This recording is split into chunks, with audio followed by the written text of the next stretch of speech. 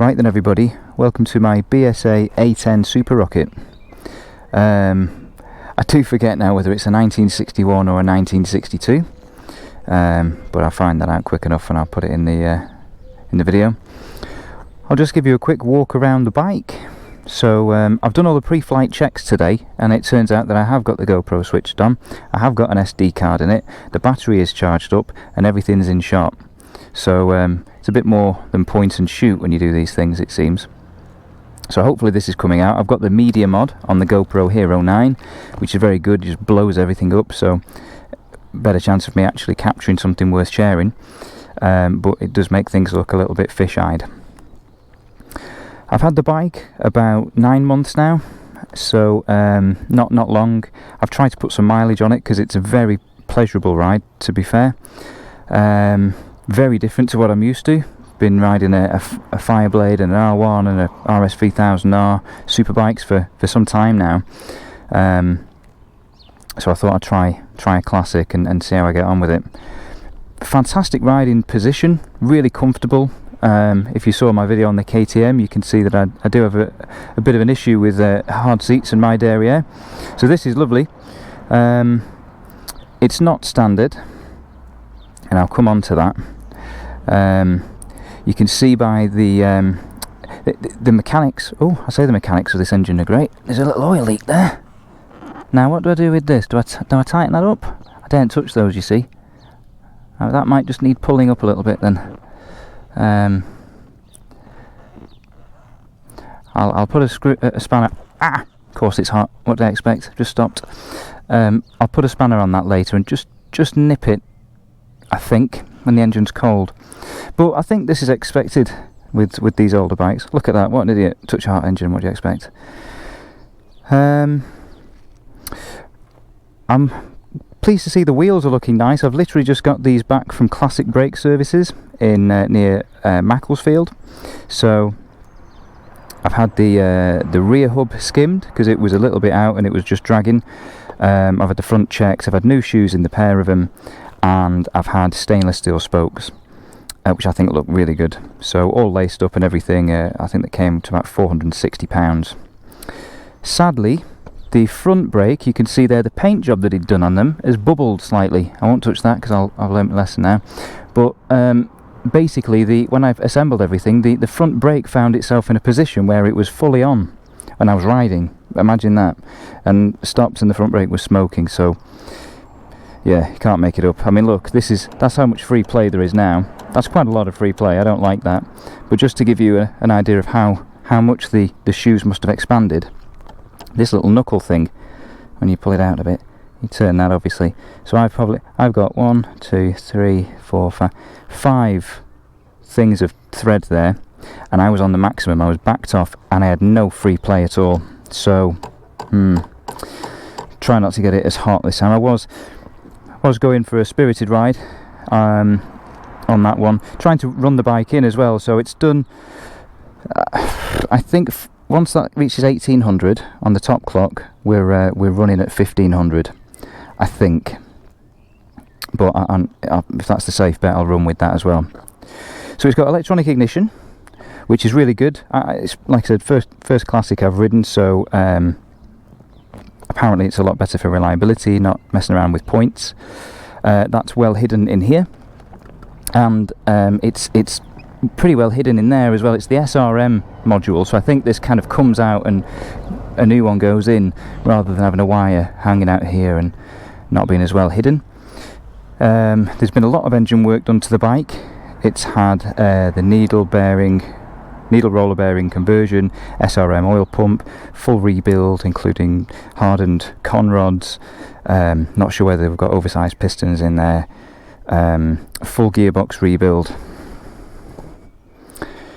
and all sorts of other stuff that I didn't understand on the invoice. So the invoice for the work that SRM did on this particular bike was £8,992, believe it or not. I've seen it and I verified it as well. I paid £9 for the bike, so it appears I've kind of just paid for the labour and the work, and I've got a free bike out of it, if you want to look at it like that. Not had any issues so far. It's a bit of a hard starter, but I think that's technique and my lack of it. but we'll show you that in a sec. I've just put new tyres on it as well. I've gone for the Avon Road Riders. Pretty good. I mean, even when you're just squeezing the rubber, you can actually get your fingernail in it a lot, so it must be quite a soft compound. I mean, a lot of squishy there, so a bit different to some of the tyres I've got on my other bikes. Yeah, just looking for the oil leak on the other side. So there is a little bit dripping here, and I'm not sure whether this might be normal. Please help me out, guys, if you know, because you know more than I do. I think that's probably coming from that one. I'm tempted just to nip there, but I'm very cautious of what do. Do you risk stripping something, or do you just wipe it? Not sure. But I'm getting pretty warm now. The sun's out, so we'll get on it and we'll talk more as we go. So I found with this bike, and we're borderline now because I've done a few retries of this video to get it better, believe it or not. Anything over 15 minutes you need to reflood the float bowl. I have found with this particular bike.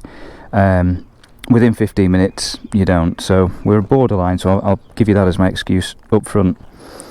So what we do, ignition switch is just down here, little toggle switch, and we find that giving it a couple of kicks with no ignition just kind of pulls a bit of mixture into the cylinders, I think. So normally three does the jobby. It's quite easy to kick when its ignition's off, no surprise. Right, please don't let me down, you're on YouTube. Oh, there we go, yes. Thought I was going to have to get my editor out then. Idles quite well.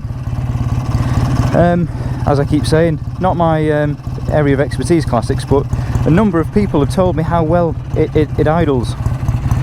Which, great, good to know, but I wouldn't have picked up on it myself. So yeah, I try, and obviously with it being air cooled, I just worry about being stuck in traffic. It's a hot summer's day, I'm melting as well. I was kind of told anything over 10 minutes you want to be switching off. I think 10 minutes is quite a long time when you're stationary, so yes, let's get on it. Oh, by the way, the side stand on this, fully recommend the side stand, because the weight of this bike is phenomenal from what I'm used to, and lugging it onto the centre stand all the time, every time you stop, you'd stop less often, trust me.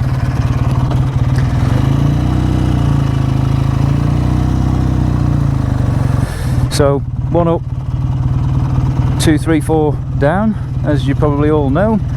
Bit of a surprise when you get on a Japanese bike and then you get on this. And if you can hear a rattle with the microphone, I think it's these little trim things here are just a little loose, frustratingly. But yeah, may well just wedge something in there that's appropriate.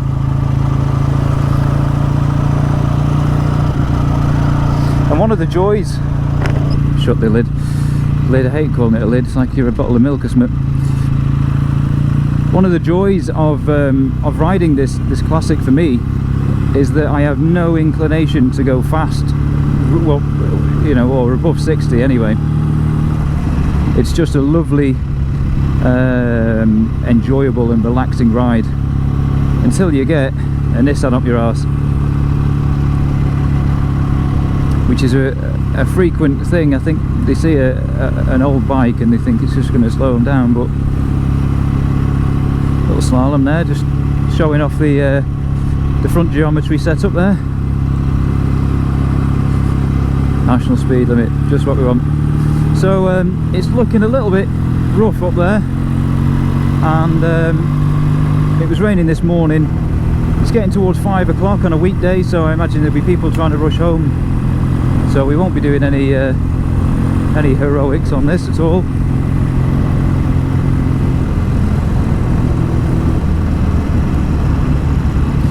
The brakes are pretty terrible, to be frank. So I was looking into the twin leading options. I've got a guy not too far from here actually who's going to keep an eye out for one off an A65 or something with the right right year. But I think you just have to tell yourself to, it's a conscious thing to sit back a little bit and just anticipate the braking a bit more. Right, I'm going to go right, but oh no, I'm going to go left. I'm going to go left. Who is this? I'm going left because I'm looking for clouds that are better.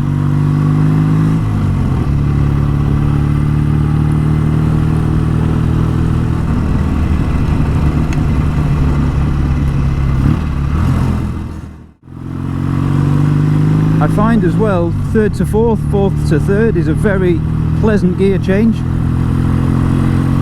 where you end up spending most of your time anyway. Third to second is a little different.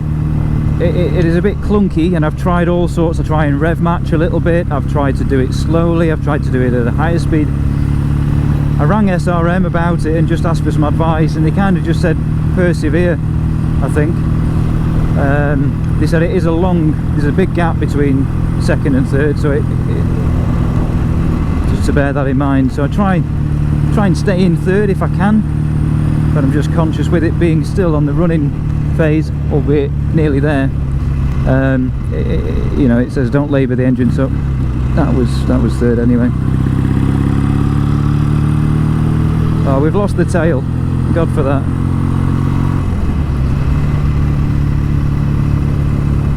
So the bike, the tyres that came with the bike were the safety mileage and the Speedmaster.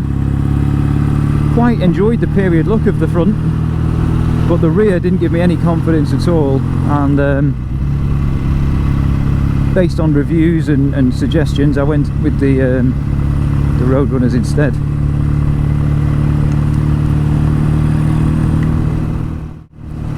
In terms of the Roadrunners, I'd be interested in seeing what the consensus is on tyre pressures, because I think I did 28 rear, 27 front, something like that. I hope it's not raining. The front just seems a bit bouncy, so I've let a little bit out. I think we might have 26 in the front now. I'm assuming that's the right thing to do, as it would absorb more of the impact rather than going harder, which makes it more bouncy, I think. Again, tell me if you think otherwise.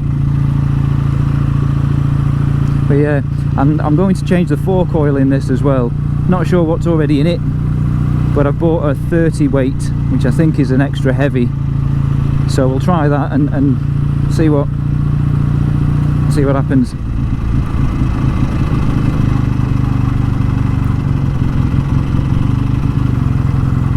See, that's what I was talking about with the labouring. So going quite cleanly into second there, no problem.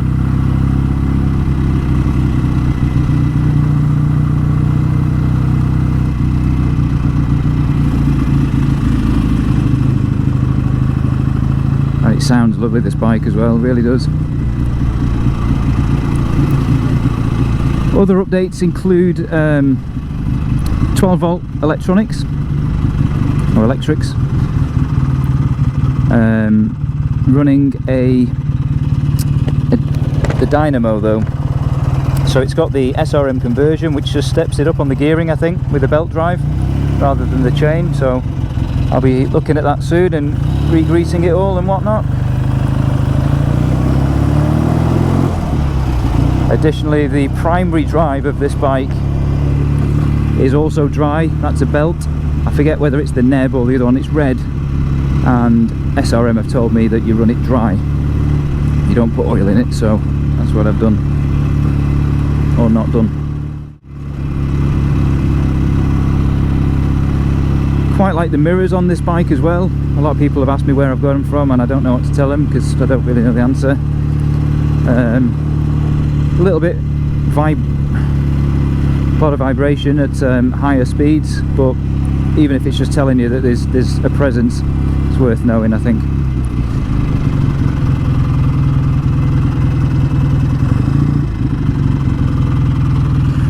Now, pulling out into busy roads is oh, do you want to go down there? There's anyone behind me. Right, I'm checking out, lads. I'm going left again. I'm just going to end up home in a few minutes. not in the mood to get wet today, so apologies.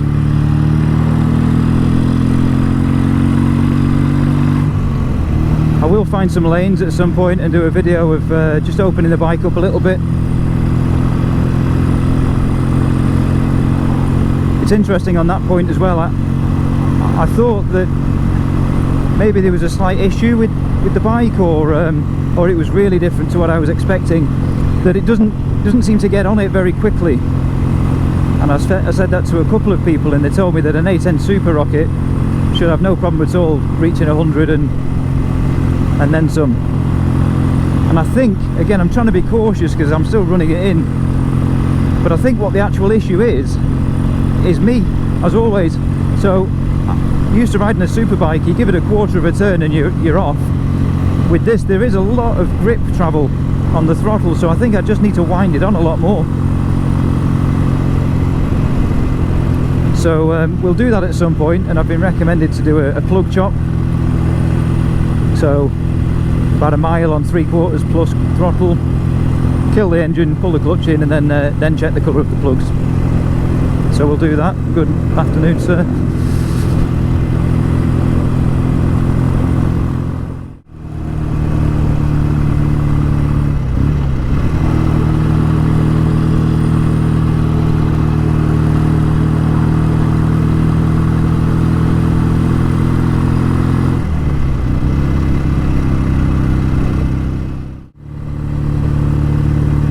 So the story of how I bought this bike: I actually found myself in the government quarantine hotel after being in a red list country, and I had 10 days of doing not much at all other than YouTube and Auto Trader and eBay and just searching around for stuff really. And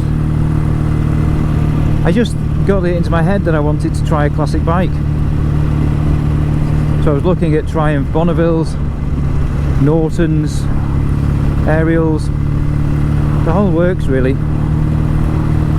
and I thought they'd make more ornaments than user-friendly bikes. I then started talking to my granddad about it, who actually had a BSA Super Rocket in the early 60s, used to take my nan on the back of it. So I started looking at those, and instantly it just kind of clicked. Like the look of the bike, and reviews really well. And here we are, no regrets. So the bike is far from standard, as you know, with all the work that's been done on it, but I've been advised against getting it resprayed as well. I thought it would look quite nice just to have the mudguards, the tank redone. There's a few touch-ups that I know old people have poor eyesight compared to the younger ones, but that, God knows. Oh. Come on. One thing you don't want to do with this is stall it at lights.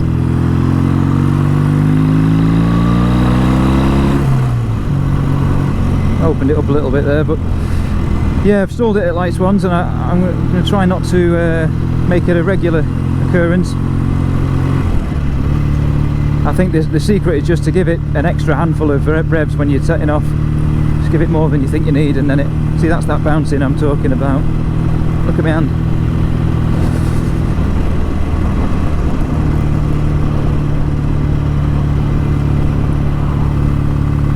I need to keep checking this as well. It's got a bit of a fetish, it likes being choked, so sometimes find the chokes works its way on a little bit. Keep that screw tight.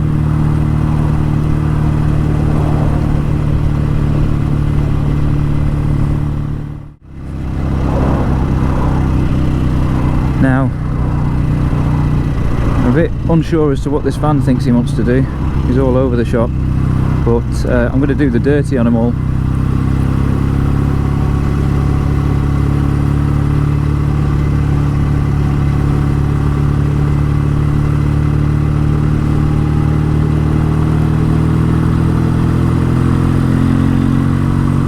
There's just whatever that rev range is, can't tell, I've no tack, but it just feels a little bit held back, and then it kind of clears itself, and and accelerates.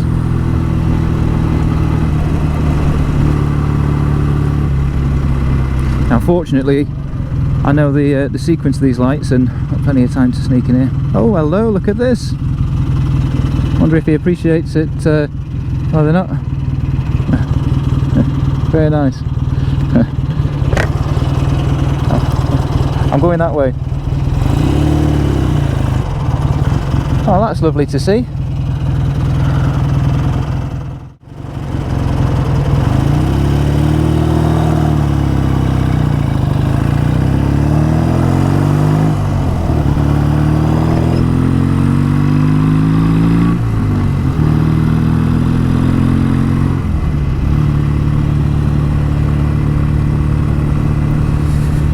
So yeah, I just thought I'd give you a quick introduction to the bike today, and there's plenty more videos to make. Got a lot of new ideas for what I want to do. It's just finding the time to do them, and then when you do them, doing them right. So yeah, enjoying the experience though of building on the channel and sharing some of the history that's out here on the roads.